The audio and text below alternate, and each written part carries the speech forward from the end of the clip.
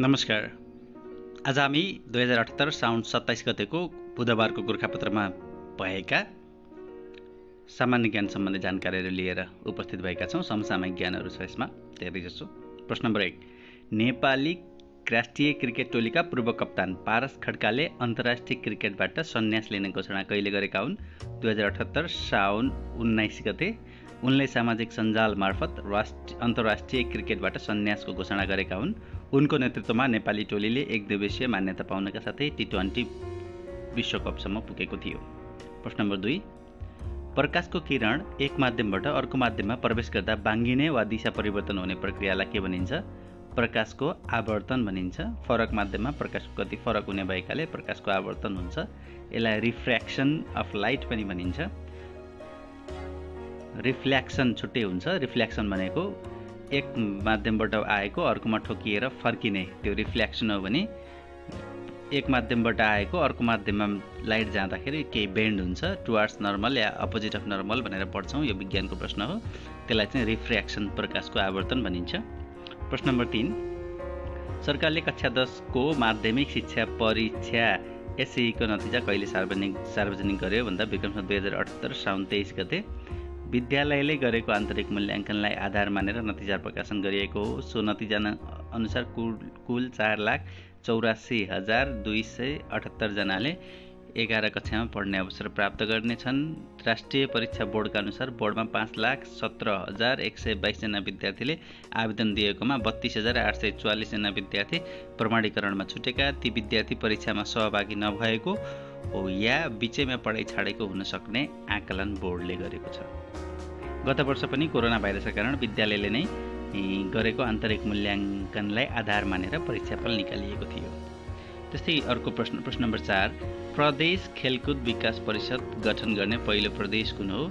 प्रदेश नम्बर 3 हो। विक्रम सम्वत 2076 को असार 24 गते प्रदेश खेलकुद विकास परिषद। प्रश्न नम्बर 5, लेप्चा भाषाको लिपिलाई रोङ भनिन्छ भने तामाङ भाषाको लिपिलाई के भनिन्छ? तमहिग। लेप्चाको लिपिलाई रोङ भनिन्छ भने तामाङको तमहिग भनिन्छ। प्रश्न नम्बर 6, कर्मचारी सञ्चय कोषले योगदानमा आधारित निवृत्तिभरण कार्यक्रमका लागि तयार गरेको कम्प्युटर प्रणालीको शुभारम्भ कहिले गर्यो? योगदानमा आधारित कार्यक्रमका लागि तयार गरेको कम्प्युटर प्रणालीको शुभारम्भ कहिले गरियो भनेको छ विक्रम सम्वत 2076 भदौ 31 गते। कोषले विक्रम सम्वत 2076 साउन 1 गते यता स्थायी नियुक्ति हुने सरकारी सेवाका सम्पूर्ण कर्मचारीका लागि योगदानमा आधारित निवृत्तिभरण योजना कार्यान्वयनको जिम्मेवारी पाएसँगै सञ्चालनको तयारीकै सन्दर्भमा सो कम्प्युटर प्रणाली बनाएको हो। यसका साथै आवश्यक अन्य संरचनागत, प्रक्रियागत एवं प्रणालीगत तयारी पनि पूरा भएको कोषले जनाएको। कोषमा सञ्चय भएको रकमबाट कोषले सञ्चयकर्ताको आवश्यकता पूर्ति गर्नका लागि विशेष सापटी, शैक्षिक सापटी, घर सापटी, घरमा मर्मत सापटी र सञ्चयकर्ता सरल कर्जा, चक्र कर्जा जस्ता सापटीको सुविधा प्रदान गरेको। त्यस्तै मुनाफा रकमबाट सामाजिक सुरक्षा कोष खडा गरी प्रसूति स्याहार, क्रिया खर्च, दुर्घटना, क्षतिपूर्ति र सञ्चय कोषकर्ता बिमा, स्वास्थ्य बिमा कार्यक्रम सञ्चालन गरिँदै आएको। कोषले मुलुकको पूर्वाधार विकासका विभिन्न जलविद्युत कम्पनी, माथिल्लो तामाकोसी, चिलिमे जलविद्युत कम्पनीद्वारा प्रवर्धित विभिन्न जलविद्युत आयोजनामा ऋण लगानी गरेको छ। त्यस्तै नेपाल वायु सेवा निगमलाई विमान खरिद गर्नका लागि ऋण लगानी गरेको।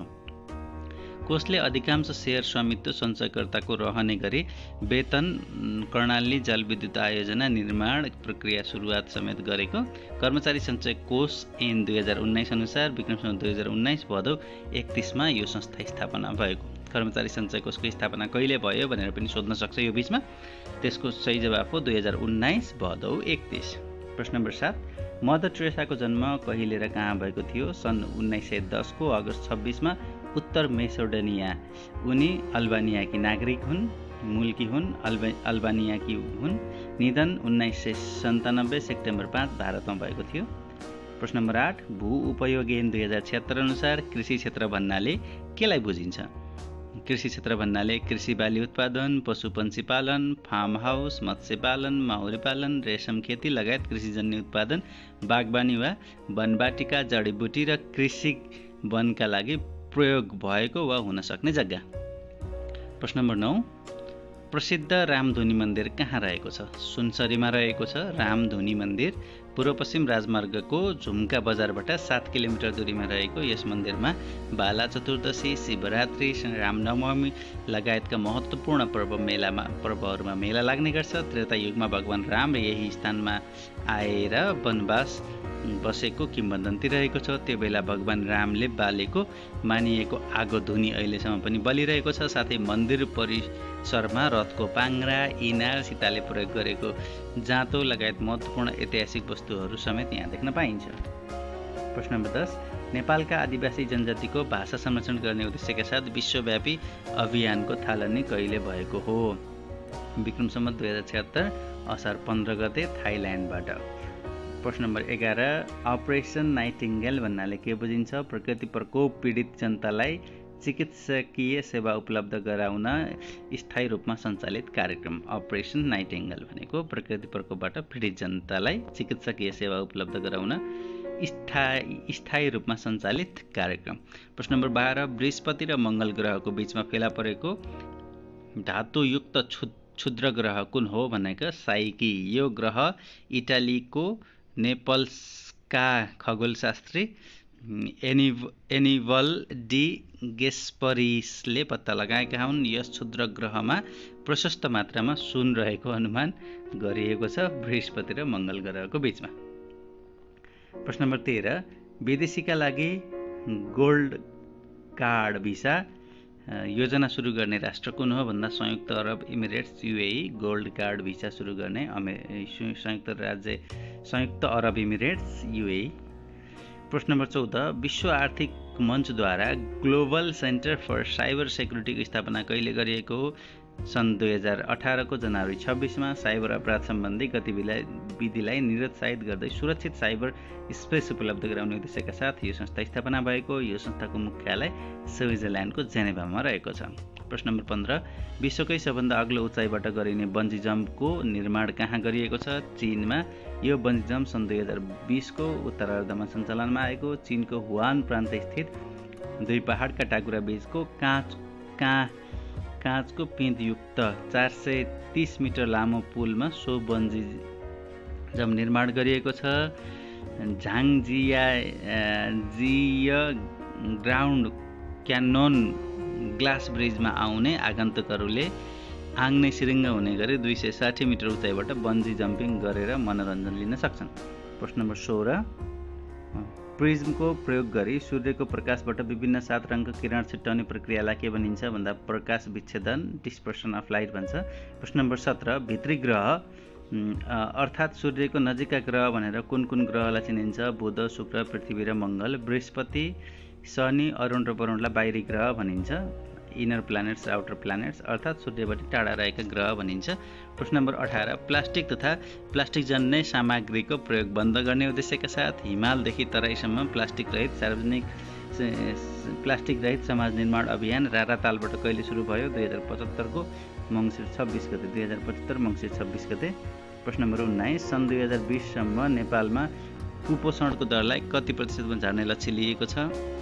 सन् 2030 सम्म यसलाई 14% मा झार्ने लक्ष्य लिएको छ। सन् 2025 सम्ममा यो 24% मा झार्ने लक्ष्य छ भने सन् 2030 मा 14%।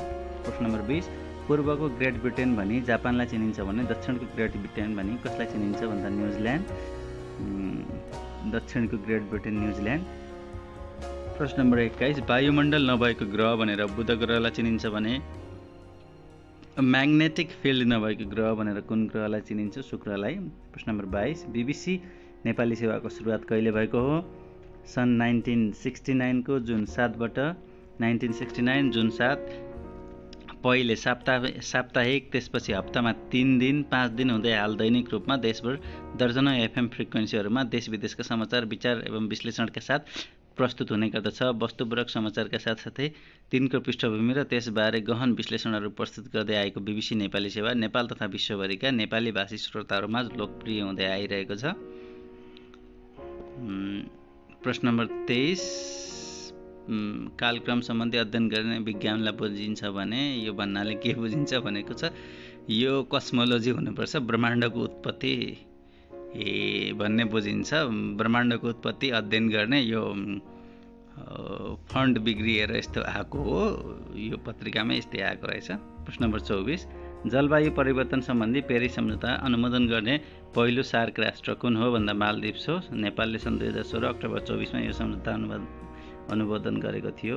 नेपालले चाहिँ सन् 2016मै गरेको। प्रश्न नम्बर 25, केन्द्रीय पञ्जीकरण व्यक्तिगत घटनादत्ता सम्बन्धी कार्य गर्ने निकाय या विभाग कुन मन्त्रालय अन्तर्गत पर्दछ भन्दाखेरि सङ्घीय मामिला तथा स्थानीय विकास मन्त्रालय। यो हामीले कहाँदेखि ल्याएका थियौँ भन्दाखेरि गोरखापत्रको बुधबारीय विशेषाङ्कबाट। हस्।